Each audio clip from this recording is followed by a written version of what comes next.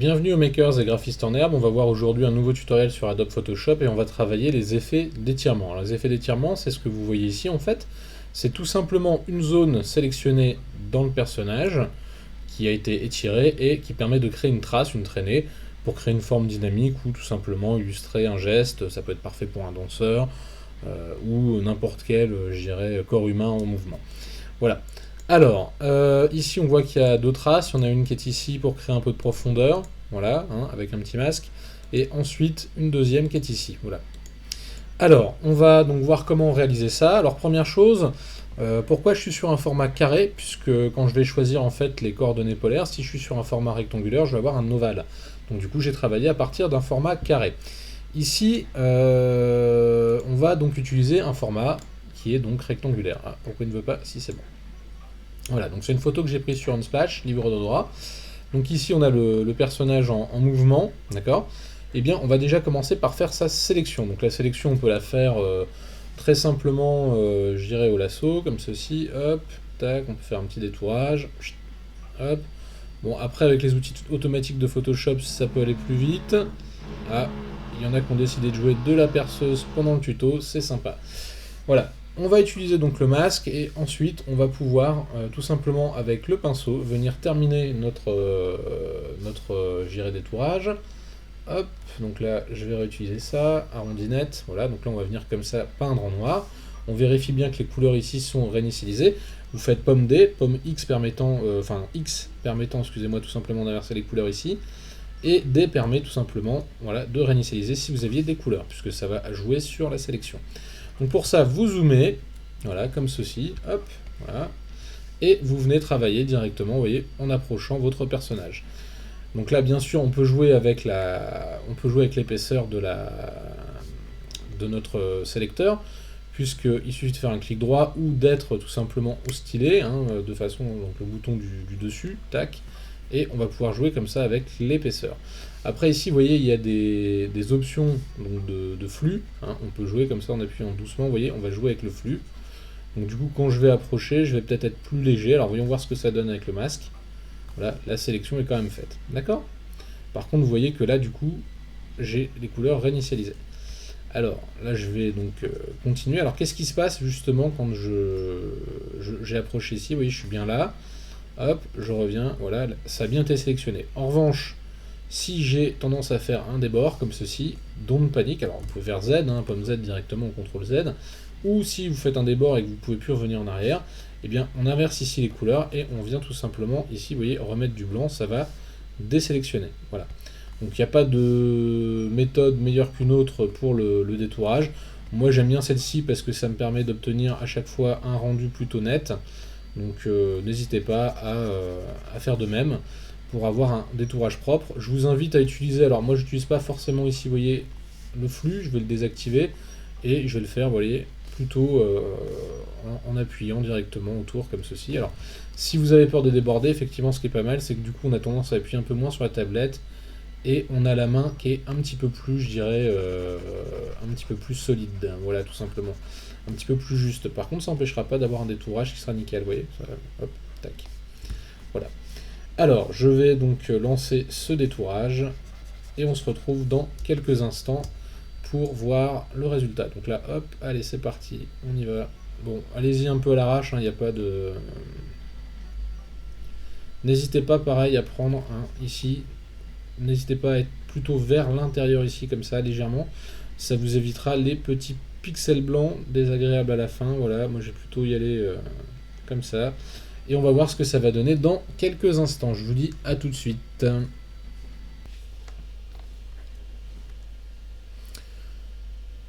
À nouveau, bienvenue. Voilà, le détourage est fait, plutôt propre. Donc maintenant, ce qu'on va faire, c'est un copier-coller de ce personnage. Comme ceci, voilà, hop, on a un copier-coller. Alors, ce que je souhaite, c'est surtout travailler donc sur un format maintenant carré. Donc si vous souhaitez garder le fond, vous pouvez toujours venir utiliser effectivement l'outil de recadrage, mais en utilisant, vous voyez, carré comme option. Voilà, donc vous pouvez réduire éventuellement le format, comme ceci, et repositionner le personnage au milieu de l'image. Hop, je valide. Donc là j'ai toujours le fond, mais j'ai donc mon personnage qui est au-dessus, voilà, parfaitement au-dessus. Et je vais donc utiliser maintenant ce fameux outil donc, qui va nous permettre de faire se dérouler avec des couleurs. Alors, je vais donc sélectionner maintenant l'outil rectangle, mais l'outil rectangle de sélection donc par une colonne, donc comme ceci, je clique. Si vous ne la voyez pas, eh bien vous zoomez, vous voyez, hop, ça va réapparaître parce que ça fait un pixel. Alors ici, j'essaie d'avoir à la fois, vous voyez, chaussures, j'essaie de tout avoir. Voilà, tac, comme ceci, je fais un copier, coller, je désactive ici ce que j'ai, et qu'est-ce qu'il me reste en fait? Il me reste un trait, vous voyez, voilà. Alors je vais faire donc ici commande T ou CTRL T, je vais appuyer sur Shift et je vais déformer, vous voyez, comme ceci. Si vous êtes sur une ancienne version de Photoshop, vous n'aurez pas forcément besoin d'appuyer sur Shift. Sur les nouvelles, maintenant, c'est comme ça. Alors voilà, une fois que c'est fait, vous le mettez donc sur toute la largeur de la page, si vous êtes bien sur un format carré, puisque si vous êtes sur un format rectangulaire, quand on va utiliser le filtre, on aura donc un ovale. Ici, je vais donc utiliser le filtre et je vais, avant de l'appliquer, je vais plutôt même dupliquer celui-ci pour le garder. Voilà, filtre, hop, je vais aller dans déformation et je vais aller dans coordonnées polaires. Voilà. Donc coordonnées polaires, je dézoome, voilà, et on voit bien le cercle qui apparaît. Si vous êtes sur rectangulaire, voilà ce que vous allez obtenir. Je fais OK.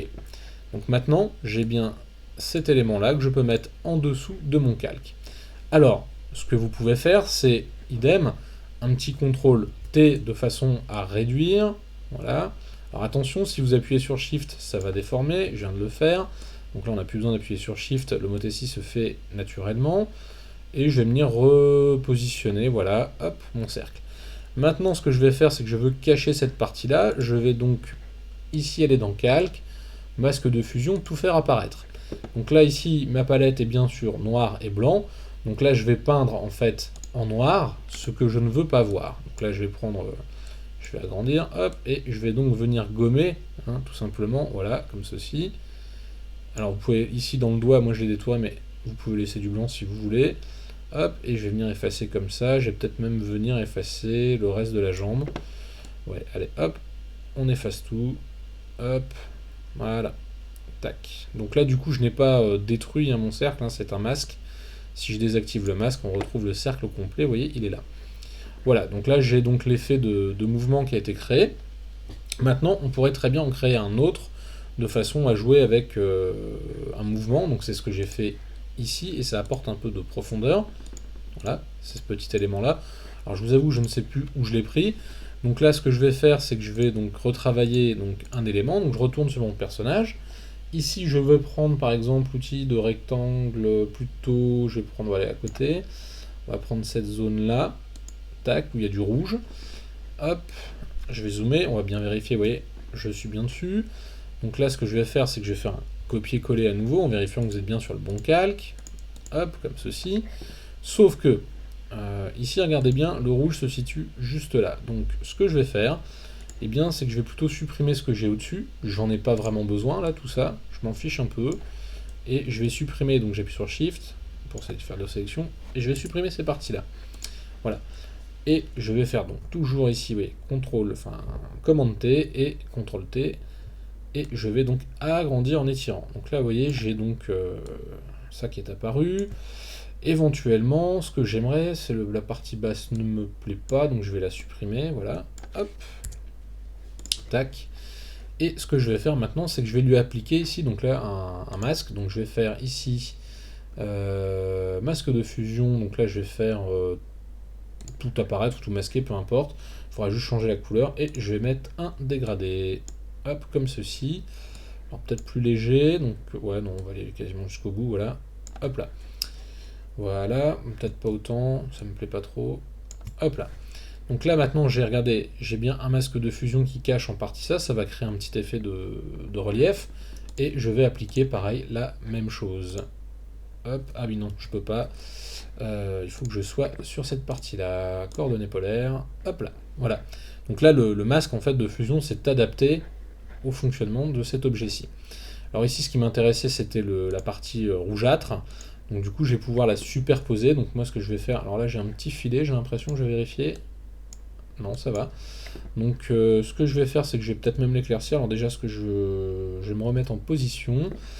Je vais cliquer sur l'image et je vais aller dans Réglages et on va changer les couleurs. Donc on va aller en teinte et saturation, recoloriser. Je voudrais un petit peu plus voilà, de teinte rouge. Alors peut-être pas trop parce qu'après ça va être marron. Est-ce que si j'éclaircis, qu'est-ce que ça donne? C'est pas terrible. Hop, tiens, je vais plutôt mettre un... On va essayer d'aller plutôt par là. Hop, voilà. Ok, et maintenant ce que je vais faire, c'est que cet élément-là, je vais déjà lui faire une rotation. Donc toujours avec l'outil de transformation. Hop, en approchant, comme ceci, voilà. Hop, je vais le positionner au bon endroit. Donc là, du coup, ça crée un peu de fond. Je peux même le rétrécir si je le souhaite, pour venir l'installer ailleurs dans l'image. Voilà, comme ceci. Donc là, on voit le dégradé. Bon, il n'est pas aussi marqué que celui que j'ai fait de l'autre côté. Si ça déborde, si votre image déborde ici, comme ceci, vous mettez un petit coup de masque de fusion ou un coup de gomme, ça peut suffire. Voilà, mais le coup de gomme va supprimer en fait, va supprimer l'élément. Donc là, je vais faire Z, je vais revenir là, j'essaie de le positionner correctement. Bon, là, au niveau des teintes, bon, on pourrait peut-être faire, voyons voir, couleur automatique, hop, ça mangerait pas de pain et ça serait peut-être plus joli, parce que là, les couleurs sont pas très belles, hop, et sur mon personnage idem, couleur automatique, tac, voilà. Donc là, j'ai créé ce petit effet de mouvement. Vous pouvez aussi vous amuser, par exemple, à tester ici des négatifs. Parfois, ça marche bien. Voilà. Bon, là, on voit qu'il y a une petite déformation, par contre. Je l'ai mal fait. Hop, alors je vais revenir un peu en arrière. Je vois que j'ai fait une bêtise. Oui, j'ai appuyé sur Shift en le bougeant, je pense. C'est ça, ouais. Je pense que c'est ça. Ou j'ai un problème de taille. C'est possible aussi, voyons voir. Si je le remets au centre, alors je vais le réduire. J'ai peut-être un problème de taille, c'est possible. Hop là, non là ça va. A priori ça a l'air d'aller. Hop, voilà. Ouais, je pense, ouais, ça a l'air d'être rond.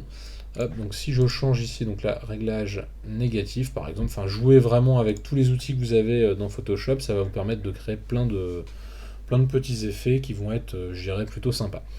Voilà. Pareil, idem ça, si ça vous plaît pas dans cette couleur, vous allez dans Réglages, vous pouvez toujours retourner dans Teinte et Saturation, et recoloriser l'élément à votre goût. Voilà, toujours en jouant effectivement avec les couleurs. Alors là, on peut le mettre en vert, en bleu, en ce que vous voulez. Hop, on peut l'éclaircir. Donc il n'y a pas de limite. Alors maintenant qu'on a vu ça, je vais retourner sur notre élément. Donc vous aurez un résultat qui approchera plutôt ce que j'ai fait ici en léchant un peu plus le travail. Hop, alors moi ce que je vais faire, c'est que je vais revenir là. Et on peut aussi jouer. Alors, l'outil de déformation permettra aussi de jouer, par exemple, pour créer une traînée ou une trace. Vous pouvez très bien vous amuser aussi avec, par exemple... alors, j'ai pas testé l'outil déformation marionnette pour le fun, je l'ai pas testé. Tiens, je vais créer 5 points pour voir ce que ça donne. Avec un point central ici, voyons voir.